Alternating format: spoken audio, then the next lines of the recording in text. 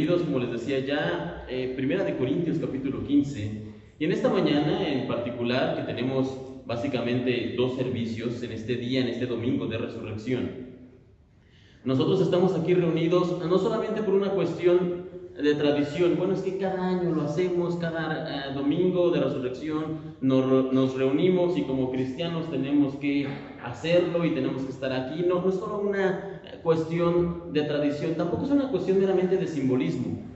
Bueno, es que nosotros creemos, nosotros decimos que Él resucitó. No es una cuestión meramente, reitero, de simbolismo y mucho menos solo de compañerismo. Bueno, es que nos caemos bien y nos gusta vernos y sonreír y platicar, y por eso es que venimos aquí en los domingos, y qué mejor venir aquí, desayunar. Reitero, no es tradición, no es simbolismo ni compañerismo solamente. En esta mañana estamos aquí reunidos por una cuestión de fe, y es que nosotros, cada uno de nosotros como creyentes o como cristianos, realmente debemos creer y debemos confesar que el Señor Jesús, nuestro Señor, murió en una cruz, en una cruenta cruz. Él fue apresado, Él fue torturado, Él fue golpeado, Él fue despedazado de su cuerpo y finalmente Él murió en una cruz. Él no fingió su muerte, Él no simplemente pasó por una cuestión ficticia en donde moría como una cuestión teatral. No, sino que Él realmente murió en una cruz, pero al tercer día, es decir, en el domingo, Él resucitó. Y esta declaración, hermanos, cuando nosotros como creyentes decimos que Él resucitó, no es una declaración menor, no es algo pequeño, no es algo que, bueno, es una de las cuestiones que nosotros como creyentes confesamos, pero no es una de tantas. No, hermanos, esto es fundamental en nuestra fe, el hecho de creer y confesar que Jesucristo resucitó, que Jesucristo se levantó de entre los muertos, que Él salió de la tumba, que la piedra fue removida y que Él vive, como escuchábamos en los cantos a los que llegaron para los ensayos.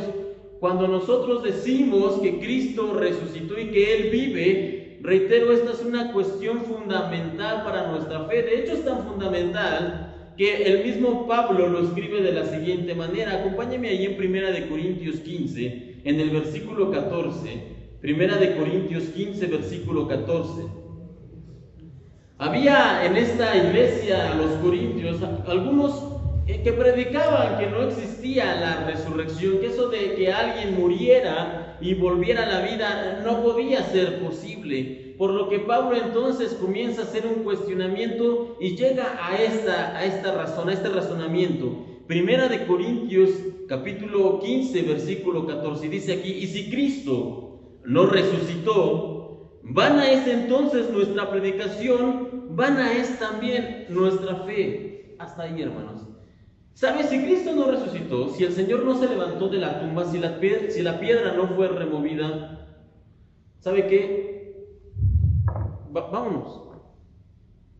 No tiene sentido estar aquí en este domingo. Si Cristo no resucitó y si nosotros no creemos que realmente esto aconteció, no tiene sentido estar aquí, no tiene sentido venir y cantar, no tiene sentido venir, no tiene sentido, no tiene razón de ser nada de lo que tenemos aquí.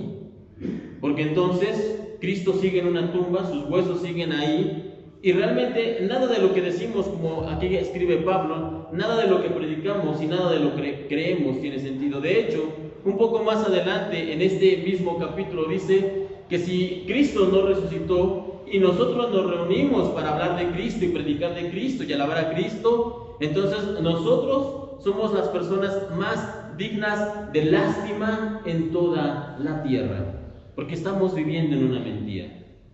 Si Cristo no resucitó, reitero, lo que estamos haciendo aquí es perder el tiempo. No hay cielo, no hay infierno, no hay vida eterna, no hay recompensa. Solamente estamos viviendo engañados y, como ya les mencionaba, somos dignos de lástima, de conmiseración, porque vivimos en una mentira.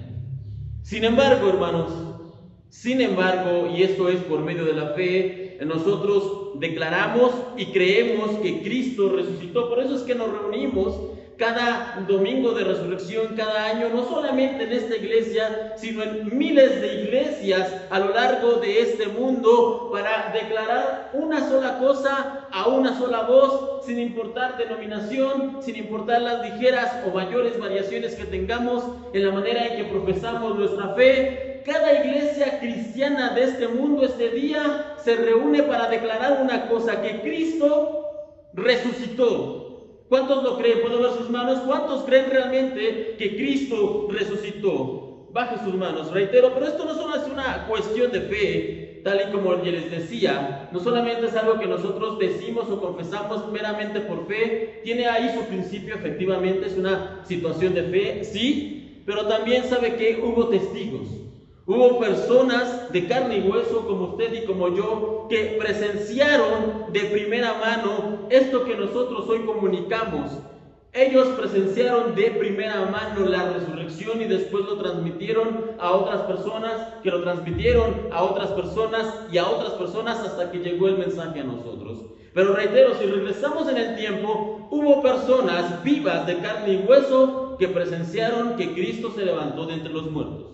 De hecho, en este mismo capítulo, pero un poco más atrás, en 1 Corintios capítulo 15, Pablo hace ese recuento de aquellos que recibieron el mensaje de la resurrección de primera mano.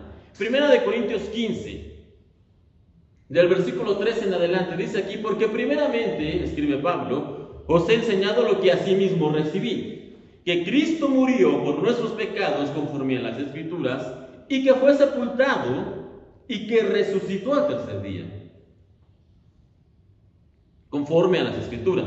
Versículo 5, y que apareció a Cefas, esto es Pedro, a Cefas, y después a los 12, y después apareció a más de 500 hermanos a la vez, de los cuales muchos viven aún y otros ya duermen. Esta expresión de que otros ya duermen es que ya estaban muertos. Pero lo que Pablo aquí está mencionando, reitero, es que en esta época, cuando él escribe la carta, había muchas personas que presenciaron de primera mano la resurrección de Cristo. Es decir, ellos vieron que fue puesto en una cruz, ellos sabían que había sido puesto en una tumba, pero después lo vieron. Primero Pedro, luego los 12 y luego más de 500 personas, y esas 500 personas, llegado el momento, comenzaron a esparcir el mensaje del Evangelio en los alrededores, y ellos podían decir con toda certeza: no es que les habían contado, no es que lo habían escuchado, no es que habían oído por ahí algún rumor, no, ellos podían presentarse delante de las personas y decirles: yo vi a Cristo resucitado, yo vi cuando lo mataron, yo vi cuando lo pusieron en la cruz, yo vi cuando lo sepultaron, pero yo también lo vi resucitado. Y ellos podían decirlo de viva voz porque habían sido testigos presenciales de esta acción. Así que ya mencionamos al principio del mensaje, hermanos, cuáles son las implicaciones en el caso de que Cristo no hubiera resucitado. Si Cristo hubiera predicado durante esos 3 años de ministerio, diciendo que era hijo de Dios, confesándose como el Mesías, diciendo muchas cosas, y al final de este tiempo él hubiera sido tomado, hubiera sido golpeado, puesto en una cruz, llevado a una tumba, y él se hubiera quedado ahí, no hubiera pasado nada más, hermanos. Entonces, ¿esto qué implicaría o qué tendría de consecuencia para nosotros? Bueno, esto significaría que nosotros estamos viviendo engañados, ya se los decía, que nuestra predicación es vana, lo mismo que nuestra fe, y que nosotros seríamos personas dignas de una gran lástima. Sin embargo, ¿qué pasa si Cristo realmente resucitó de los muertos tal y como nosotros creemos y lo confesamos en este domingo? ¿Qué sucede si realmente Él fue puesto en una cruz, luego de ser torturado, llevado a una tumba, pero al tercer día, el domingo, esa piedra fue removida y Él salió vivo, resucitado de la tumba, de tal manera que cuando los discípulos lo escucharon, dicen que fueron y sí encontraron a alguien, pero no fue a Cristo. Encontraron a un ángel que les dijo: no está aquí, Él ha resucitado. ¿Qué pasa si esto, como nosotros creemos y confesamos, es verdad? Bueno, hay muchas implicaciones, hay muchas consecuencias, por decirlo de algún modo, en el caso de que el Señor realmente haya resucitado como nosotros lo creemos y confesamos, y como es la predicación del Evangelio desde el momento en que esto pasó. Pero en esta mañana solamente vamos a hablar de 3 de ellas, 3 implicaciones o 3 cosas que acarrea a nuestra vida el hecho de que el Señor haya resucitado. Y la primera de ellas, hermanos, es vital. Si Cristo resucitó, entonces eso significa que todo es verdad. ¿Y a qué me refiero con esto? Bueno, vayamos a este caso. Lo primero que podemos mencionar, les decía, que cuando nosotros declaramos que Cristo ha resucitado, es que todo lo que Cristo dijo, que todo lo que Jesucristo predicó, entonces todo es verdad. ¿Y qué fue lo que predicó o qué es lo que dijo Cristo mientras estuvo en su ministerio terrenal? No nos vamos a detener en todo, pero vamos a ver algunos de los puntos más importantes. Mientras el Señor estuvo predicando como mortal en su ministerio durante esos 3 años y medio de ministerio más o menos, Él dijo que Él era el Hijo de Dios. Él lo confesó. También Él confesó que era el Mesías, el enviado de Dios, aquel que estaba esperando el pueblo de Israel. También dijo que Él es el único camino al Padre. Él dijo también que era la verdad y la vida. Yo soy el camino, la verdad y la vida, y nadie viene al Padre si no es por mí. Esta fue una declaración puntual de Jesucristo. Y también dijo que algún día regresaría por los suyos. Reitero, si el Señor murió y resucitó, entonces significa que todo esto, que Él es el Hijo de Dios, que Él es el Mesías, que Él es el camino, que Él es la verdad, que Él es la vida, que Él ha de regresar algún día para juzgar a los vivos y a los muertos, todo esto es verdad, hermanos. Si Cristo resucitó, todo lo que Él mencionó, todo lo que Él predicó, entonces es verdad. Es verdad que no hay salvación fuera de Él, entonces.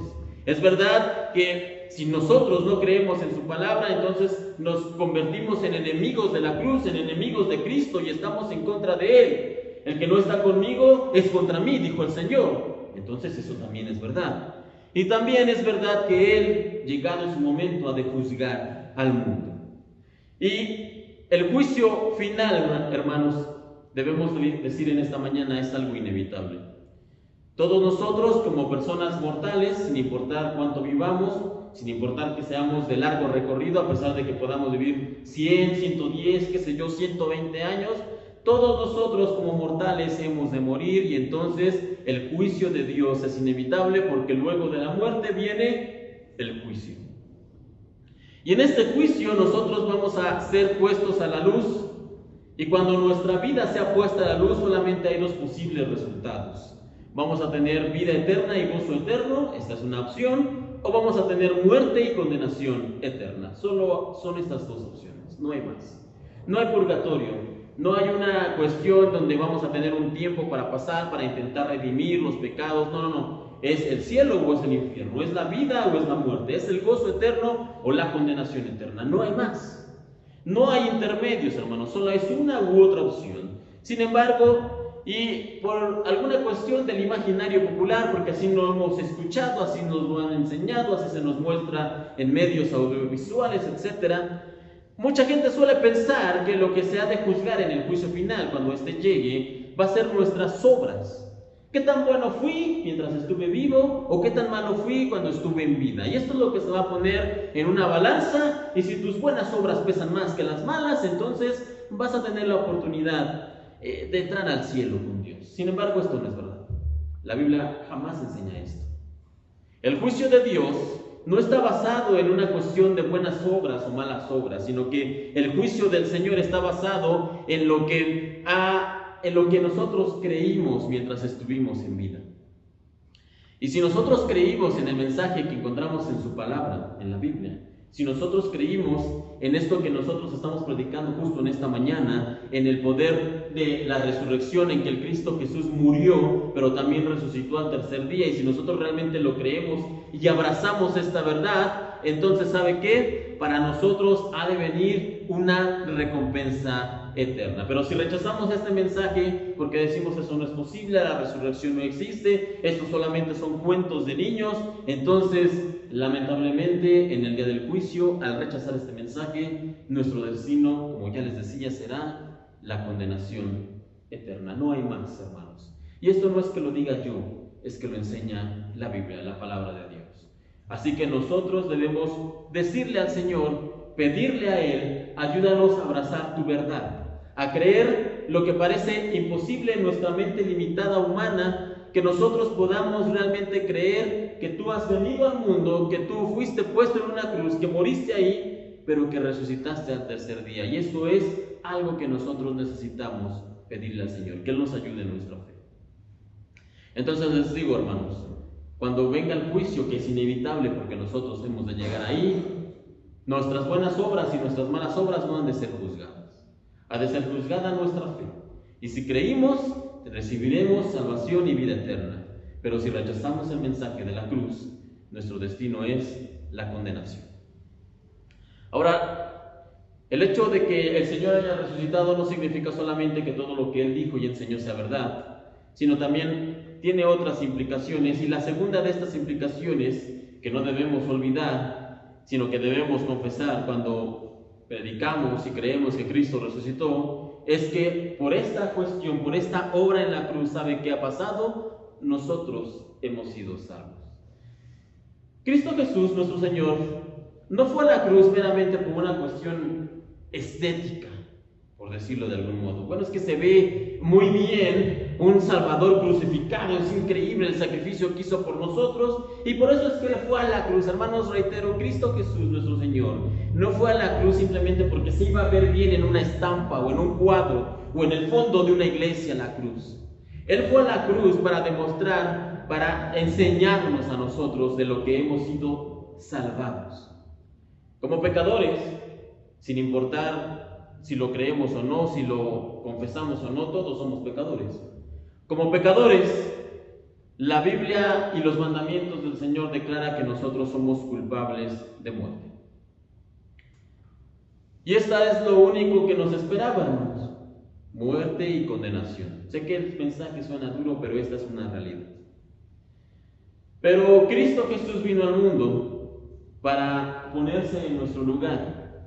Y Él estuvo en la cruz, hermanos, reitero, no por una cuestión estética, sino por una cuestión de intercambio. Él se puso en el lugar que nosotros merecíamos. Y por lo tanto, nosotros fuimos salvados de lo que merecíamos. Así que el hecho de que nosotros prediquemos que el Señor fue puesto en una cruz y después resucitó, nos ha de recordar que nosotros fuimos salvados. Nosotros merecíamos la cruz, nosotros merecíamos la muerte y nosotros merecíamos la condenación, pero el Señor tomó nuestro lugar y Él pasó lo que nosotros debimos haber pasado. Y como ya les mencionaba, no son nuestras buenas obras, ni nuestro buen corazón, ni nuestra justicia, ni nuestra santidad lo que ha de salvarnos. ¿Qué ha de salvarnos? Es la fe. ¿Fe en qué? En que el Señor tomó el lugar de nosotros en la cruz. Nosotros somos salvos por la gracia de Dios, por medio de la fe. Y cuando nosotros creemos en esto, cuando nosotros creemos en el sacrificio, en la muerte y en la resurrección del Señor, entonces, ¿qué es lo que sucede? Somos nosotros salvados. ¿Y salvados de qué? Salvados de la condenación eterna, primero que nada. Ya no hemos de pasar por ello. Somos salvados de la ira de Dios. Ya no hemos de sufrir la ira del Señor. Somos salvados también de nuestra vana manera de vivir. Y también somos salvados del pecado que nos hacía esclavos. Así que la resurrección de Cristo, reitero, nos ha salvado, y por eso es que nosotros venimos y nos reunimos y celebramos en este día la resurrección del Señor. Porque no solamente implica que Él tiene poder, no solamente implica que todo lo que Él dijo y enseñó es verdad, sino que también implica, reitero, que nosotros hemos sido salvados de todo esto. No obstante, hermanos, con la resurrección de Cristo no solamente tenemos o aprendemos esto, sino que también podemos decir en esta mañana que con el hecho de que Cristo se haya levantado de la tumba, nosotros tenemos esperanza. Pero permítame explicar en esta mañana, ya como punto final, en qué sentido es que nosotros tenemos esperanza. Porque podría alguno de nosotros preguntarse en esta mañana, bueno, ¿esperanza en qué sentido? ¿En qué? Bueno, primero que nada, con el hecho de que Cristo haya resucitado, podemos tener esperanza en que tenemos una morada celestial que nos aguarda. Permítanme repetir, nosotros podemos tener esperanza en que tenemos una morada celestial que nos aguarda.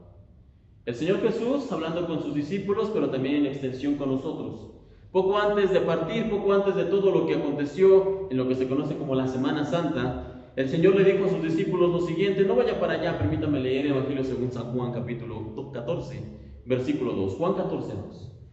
El Señor Jesús le dijo a sus discípulos, y también a nosotros, hermanos, esto: en la casa de mi Padre muchas moradas hay. Si así no fuera, yo os lo hubiera dicho.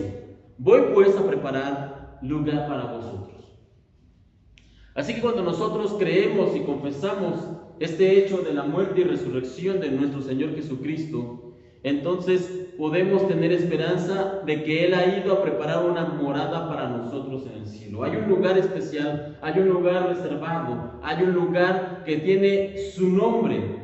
Si usted cree y confiesa que el Señor resucitó, ya hay un lugar, ya hay una morada, ya hay un lugar especialmente preparado para usted y puede tener esperanza en ello. Sin embargo, no es la única esperanza que nos da el hecho de la resurrección. También cuando nosotros creemos y confesamos en la resurrección, podemos tener esperanza en que no moriremos. Y no me refiero al hecho de que nosotros jamás vamos a conocer la muerte. No estoy hablando de esto porque ya les mencionaba, somos mortales y sin importar los años que vivamos, vamos a morir en ese sentido, ¿sí? Pero a lo que me refiero, hermanos, es a lo que dijo el Señor y específicamente lo dijo también en el Evangelio de Juan. Reitero, no vaya para allá, pero si quiere anotar esta cita, anótenla. Juan capítulo 11, versículo 25 y 26. Juan 11, 25 y 26.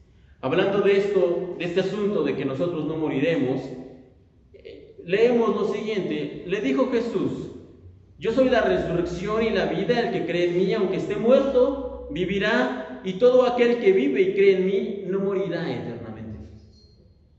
Así que, hermanos, nosotros cuando creemos en la resurrección de Cristo, podemos tener esperanza en que vamos a ser levantados al igual que nuestro Señor. El Señor se levantó de la tumba y no hubo piedra que lo pudiera contener, no hubo tumba que lo pudiera mantener ahí, y Él resucitó, y lo mismo nos ha prometido a nosotros si creemos en su obra, si creemos en su sacrificio, si creemos en su resurrección. Él mismo lo dice, que aunque muramos, no moriremos para siempre, y aunque muramos, hemos de ser levantados al igual que Él. Ahora bien, no solamente vamos a tener esperanza en esto, esperanza en que hay un lugar preparado para nosotros, esperanza en que seremos también nosotros resucitados, sino que también, hermanos, hay algo más. Podemos tener esperanza en que seremos transformados. Porque, ¿de qué nos serviría, pregunto yo en esta mañana, de qué nos serviría ser resucitados o levantados de la muerte a la vida si nuestro cuerpo siguiera igual? ¿De qué nos valdría ser levantados de la tumba si siguiéramos con los mismos problemas del corazón, de la espalda, con los mismos achaques, con la misma falta de visión, con los mismos dolores? ¿De qué nos valdría ser levantados de la muerte con los mismos problemas de siempre? No serviría para nada. Pero nosotros, como creyentes, tenemos la promesa y la esperanza, hermanos, de que cuando nosotros seamos resucitados, también seremos transformados. La resurrección de Cristo no solamente trae esperanza de que vamos a ser levantados de entre los muertos, sino que también nuestro cuerpo, este cuerpo que tenemos, ha de ser transformado, ha de ser moldeado a un cuerpo perfecto, incorruptible e inmortal. A un cuerpo, reitero, perfecto, incorruptible e inmortal. Y todo esto, hermanos, toda esta esperanza que nosotros tenemos de una morada eterna, la esperanza de que nosotros seremos transformados, la esperanza de que seremos resucitados, es posible gracias solamente a una cuestión. ¿Cuál es? Por la que estamos reunidos en esta mañana: a la resurrección de nuestro Señor. Por eso es que esta cruz está vacía. Por eso es que nosotros no ponemos un Cristo ahí representado. ¿Sabe por qué? ¿Por qué no está ahí?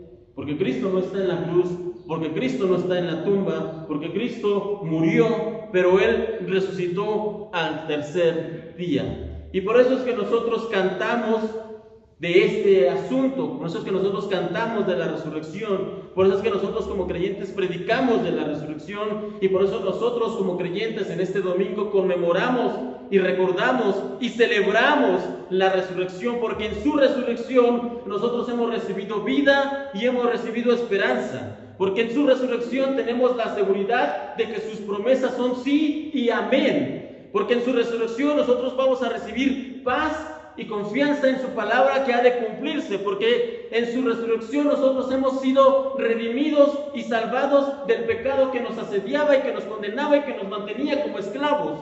Porque en su resurrección, hermanos, nosotros hemos de recibir un hogar, pero un hogar no que sea de terminar, ni que sea de marchitar, ni que sea de acabar, sino que un hogar permanente, eterno, perfecto, de gozo y paz y felicidad, porque en su resurrección nosotros hemos sido hechos parte de la familia de Dios, somos hijos de Dios, y todo esto que acabo de mencionar parte de un mismo punto, de que Cristo no está en la tumba, de que la piedra fue removida y que el Señor se levantó diciendo que Él tiene el poder sobre la muerte, y ese mismo poder ha de ser concedido a nosotros llegado el día. El Señor, hermanos, resucitó, y el saber esto es lo que debe causar en nosotros gozo, debe causar expectativa, debe causar esperanza y alegría. El Señor resucitó, y por lo tanto nosotros podemos reunirnos aquí en esta mañana y decir, sí, amén. Esto es lo que nosotros creemos y confesamos. Eso es lo que nosotros anhelamos y esperamos el día en que nuestro Señor resucitado venga. Acompáñenme, por favor, en su Biblia, en el libro de Apocalipsis.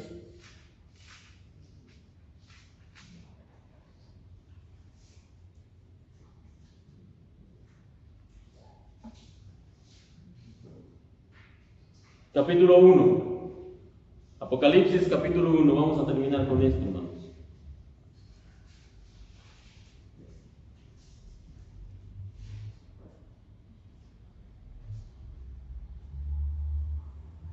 En los últimos meses este ha sido uno de mis versículos que más ha venido a mi cabeza. Y aunque no lo tenía aquí anotado, lo recordaba en este momento. Apocalipsis es un libro también conocido como Revelaciones, y es una revelación que recibió el apóstol Juan en sus últimos años. Y es una revelación de la victoria que nos aguarda ¿a quién? A aquellos que hemos creído en la resurrección del Señor Jesucristo. Y no es de extrañarse que justamente en el primer capítulo, en su primera aparición, cuando el Señor se le aparece de nuevo por primera vez a Juan, le diga estas palabras, porque reitero, esta es una revelación de lo que nos aguarda a aquellos que creemos en la resurrección de Cristo. Así que de las primeras palabras que le dice el Señor a Juan son las siguientes. Acompáñenme, capítulo 1, versículo 17. Juan es el que escribe y luego el Señor es el que declara. Dice lo siguiente: cuando lo vi, caí a sus pies como muerto, pero Él puso la mano derecha sobre mí y me dijo, no tengas miedo, yo soy el primero y el último. Yo soy el que vive. Y escuche bien, estuve muerto, pero mira, ahora estoy vivo por siempre y para siempre, y tengo en mi poder las llaves de la muerte y de la tumba. Hasta ahí, hermanos. Yo soy el que vive, dice ahí. Estuve muerto, pero ahora vivo. Sí, la tumba fue sellada, y cuando fue sellada esa tumba, había un cuerpo. Y no es que estaba dormido, y no es que estaba fingiendo, no es que estaba actuando, no es que estaba simplemente cerrando los ojos para que me colocaran ahí. El cuerpo que fue puesto en esa tumba fue un cuerpo sin pulso, sin vida, muerto, completamente deformado y destrozado por la cruz y por todos los castigos que el Señor recibió en nuestro nombre, por nuestra causa. Pero al tercer día, el domingo, llegó y el mismo Señor volvió a tomar su vida, porque dice que Él tenía el poder de entregarla y de volverla a tomar. Y Él volvió a tomar su vida y su cuerpo fue transformado a un cuerpo perfecto, inmortal e incorruptible, y su tumba fue vaciada, la piedra fue movida y Él salió, y Él mismo aquí lo confiesa: yo soy el que ahora vive. Estuve muerto, sí, por ustedes, sí, pero ahora vivo de nuevo, y esta vida eterna, este cuerpo eterno y este lugar celestial, el cielo, la morada para siempre en el reino de Dios, es lo que quiero que ustedes tengan, y han de tenerlo si así lo creen. Por eso es que nos reunimos, reitero una vez más en esta mañana, para celebrar la resurrección de nuestro Señor y para recordar lo que Él nos ha prometido, lo que nos aguarda y lo que anhelamos fervientemente si realmente creemos en el Señor.